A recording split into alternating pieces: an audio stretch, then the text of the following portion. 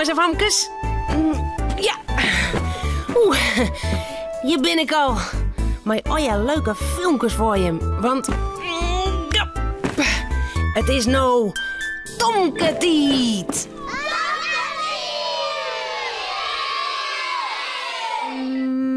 Ja. Hij me toch jet? Ik maak met Cornelia een week op vakantie. Maaie vleentuig. Maar dit is wel heel grut op zo'n vleenveld. Ja. Tomke mandje altijd bleer. Tomke meiding krullend heer. Meiding hoentje sabretaal. Harkje gauw naar dit verhaal. De vleermachine. Tomke en Cornelia zullen op vakantie. Maar de vleermachine naar een heel vier land, naar Curaçao. Daar is het altijd lekker warm. Maar eerst moet ze naar het vleerveld. Recent. Heb ik alles. Mijn koffer. Tomke zijn kofferke. Mijn paspoort. Ja, was maak ik net mee. Mijn beurs met de pinpas en wat geld. En mijn telefoon. Ja, ik leer dat ik alles ha. Is toch al klaar, Tomke? Ik ben al lang klaar. Nou, gaan we nou? Oh, we stonden door even hier dan, Tomke. Dan zet ik mijn zinnen hoe het verst op een holle. Tomke doet het doorriepen. Op een stoepen staan Janna Joe en haar heid. Zij zullen Cornelia en Tomke met de auto naar het vleerveld brengen. Hoi, Tomke. Ga zin aan de vakantie? Ja. Wist wat ik in een vakantie dwam, Janne Joe? Visken besjen onder water. Dat kind, zei Cornelia. Maar je een snorkel? Nou, kom nou maar, Tomke en Janne. De auto staat al verder door. Maar zien allen tillen ze de koffers en de tassen in de auto. Ja. Romke maar net maaien op vakantie. Die sliep bij Janne Joe thuis, in de koer. Na een heel skoft komen ze bij het vleerveld aan. Cornelia helpt een karke en zet daar de koffers en tassen op. Dan nemen ze afscheid Dag, Janna Joe. van Janna Joe en haar heid. Ze is goed op Romke passen. Ik zal Romke een heleboel brokjes aan. En mij een kuiwerje. Dat is goed. Ze zwaaien nog een keer. Hoi. Hoi. En dan rent Cornelia naar een grote hal. Wat is het daar drok. Cornelia moet een vleenticketje aanletten en haar paspoort. En de koffers onder een mevrouw aan. Vloep, daar kijkt het koffertje van Tomke op een baan. Voort is zijn koffer. Waar binnen de vleermachines nou, Cornelia? Ik wil die vleermachines zien. Even geduld, Tomke. We komen samen bij de vleermachines. Cornelia brengt Tomke naar een hal met banken en stoelen. In de hal zitten hele grote ruten. En trots die ruten sjut Tomke het vleerveld. Oh, een vleermachine. En nog een. En nog een. Alle her vleermachines, Cornelia. Zo, zet ik er hier omheen. Ja, en daar gaat de vleermachine naar onderen. Oh, die is van de KLM. Ik denk dat wij in die vleermachine naar Curaçao gaan. Als de machine leeg en skin is, dan mij wij erin zitten. Nou, dat wordt het nog wel eventjes. Maar ik dan zo lang hier bloeien, Cornelia? Ik wil die vleermachines zo graag zien. Ja, dat is goed. Dan hel ik een bakje koffie. Net voor het rennen, Tomke. Nee hè, Cornelia. Ik sjuf voor het Ruud naar de vleermachines. Cornelia kijkt naar de bar om een bakje koffie. Oh, daar stiet een hele riege meesken voor. Tomke rent langs het Ruud. Wat is er een soort sjen op het vleerveld? Er riet een karken met al je koffers erop. Het liep het wel een treintje. Die zou de koffer van Cornelia en mij direct oplezen. Tomke rent verder de hal in. Er riet een politieauto door het vleerveld. Waar zou die nou in de keer? Verder en verder rent Tomke. Cornelia had eindelijk haar bakje koffie. Ze rent weer om naar haar plak en sjut om haar hinnen. Nou, Tomke die toch wat Ruud naar de vleermachines te zien. Maar waar is er nou? Tomke! Oh, ik zie Tomke net meer. Oh, wat dom van mij om hem hier al in haar achter te letten. Tomke! Tomke! Waar bist u? Tomke is helemaal achter in de hal. Hij wordt een beetje bang. Waar is er? En waar is Cornelia? Hij shot je meesken, maar geen Cornelia. Tomke zijn lippen begint te trillen. Cornelia. Cornelia. Cornelia, waar bist u?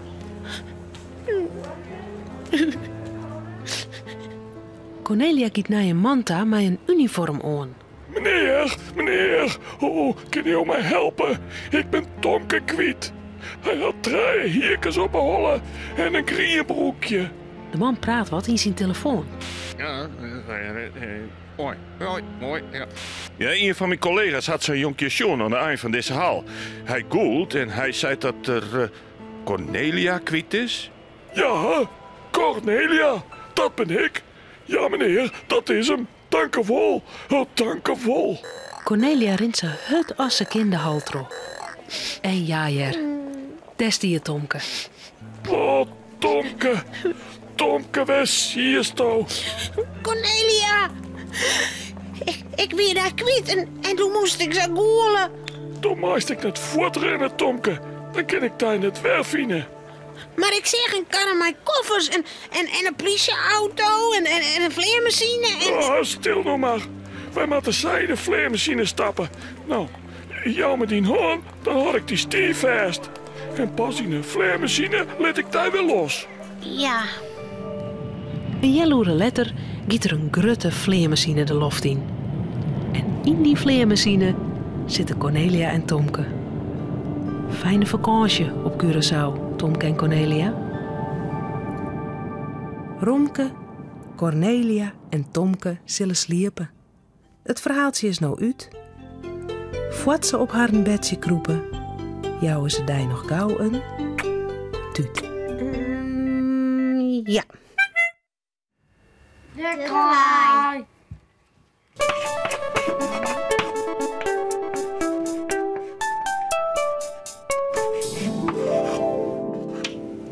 Van Krijk is dingen meidje. Dik of wang of pot of briek. Ik meidje 3 baltjes, alle gelijk.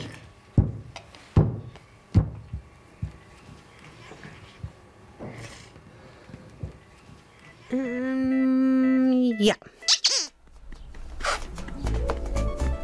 Paak is weer eens aan het vertellen. Een heel raar verhaal over een ezel die burgemeester wezen zou. Looy je hem dat?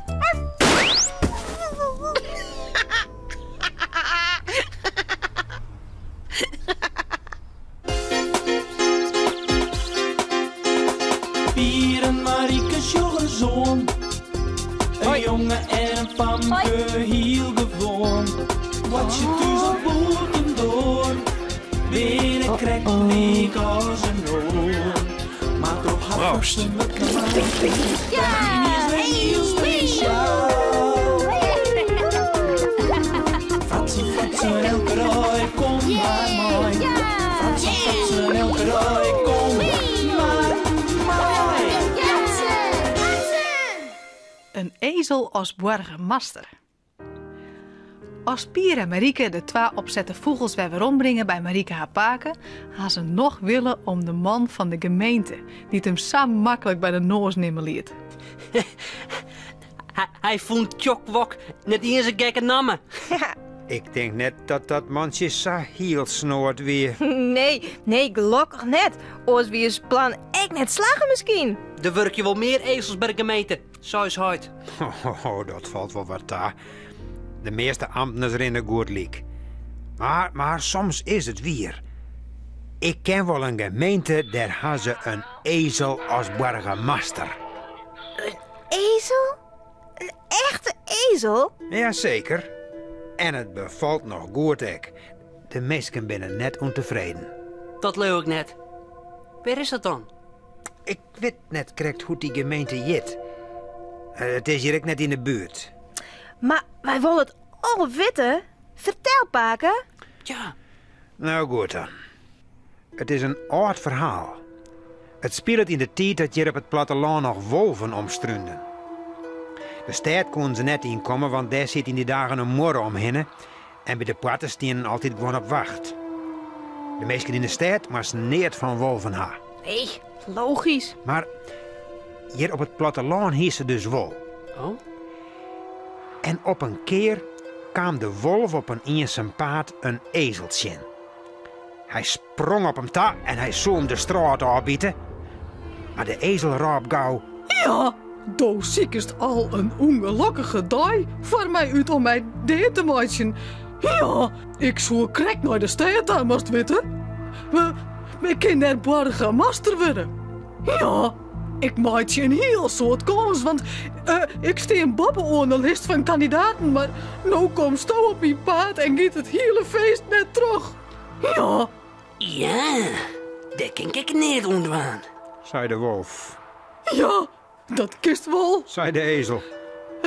Sjoch, als ik mij nou weer rondloop als kandidaat en dan klimst bij mij op een reg en ik rijd die naar de stad, ja, dan zal ik een goed witsje verdient waan. Ik zal zeggen dat ze die nog beter nemen kunnen als mij en dan we stoelburgemeester. Ja, ja. Nou, je kan wel begrijpen, burgemeester worden, dat lieke de wolf wel wat. Dat hij sprong bij de ezel op reg en daar reden ze te gerre heen. Ik zorg het van me. Ja, het weer zelfs een apart gezicht. Dat doet ze bij de stadpoorten aankomen wie het. Oh! Maar de ezel zei het je de man die op wacht stienen. Ja, Sjogris, ik ga hier een nieuwe kandidaat voor burgemeester. Ja, die matten je hem wel teruglitten. Dat kan net ons. Ja. De poortwachters lieten hem gaan. Ze kniezen maar wat. En dachten, hij moet het zelfs maar weten. Maar het zal hem net goed bekomen. Hoe zou net? Nou, harkje maar. De wolf riet de stad in op een reg van de ezel. Maar al gauw kregen de meesten hem in de gaten en rapen. Van alle kanten kwamen ze aanstoten met kneppels, heervarken en scherpe stokken. En ze joegen de wolf zo ongenedig op een beerlig dat er net wist wat er kroepen zoen. Hij vleegt erop stegen en gloppen en op het laatst bedarde er in de grijft. Met moeite had er de orenkant bereikt en is wij worden in het bosk. Oh, zielig. Helemaal net zielig. Hij hier eerst de ezel opfretten. Zo leuk is die wolf net, Jer. En het verhaal is nog net uit. Want ondertussen kuierde de ezel mooi terug. Via de stad in. Hij kwam bij het stadhuis en daar was er inhuldigen als burgemeester. De meesten wien erom wend dat het zagier. Het wiel voor de zoveelste keer dat ze een ezel als burgemeester kregen. Oh, echt weer? Is het echt weer, Paken? Alle verhalen die ik je vertel binnen wie, dat weet je hem toch wel. Ja. Ja. Kom na je week maar weer. Dan vertel ik je hem nog zo'n weer verhaal. Als je hem het net leeuwen. Als je hem denkt dat ik je maar wat uit mijn dikke Thomas zit te zoeken. Ja. Dan mij ik wel thuis blijven. Nee. Nee, oh, nee, wieken, Paken. Oh, nee, Wieke. Oh. Hoi.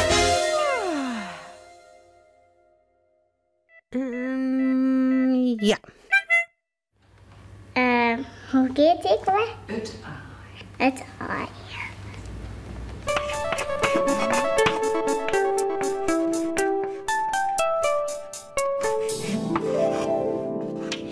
Een lekker eitje. Een eitje in de dag. Ik sla de tijd op mijn lepel tik op de kap.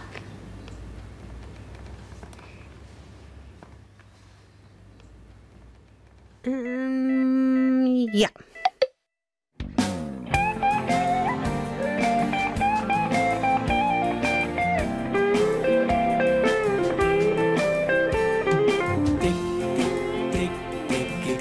Lekker ruiken, tik, tik, tik, tik, ruiken in het dop.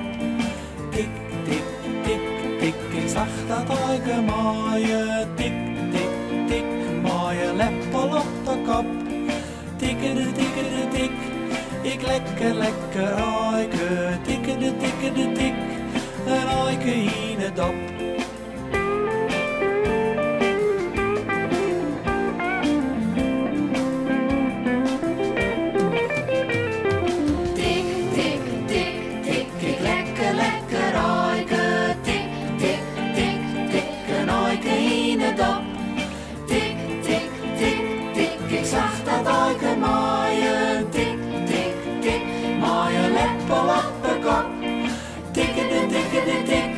Ik lekker, lekker aike, tikke de tik, een aike in het dop.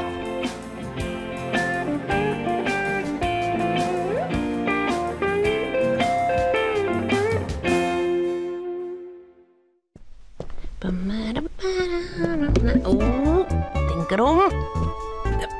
Ja. Nou, dit wie het alweer. Omhoorn. Hoi.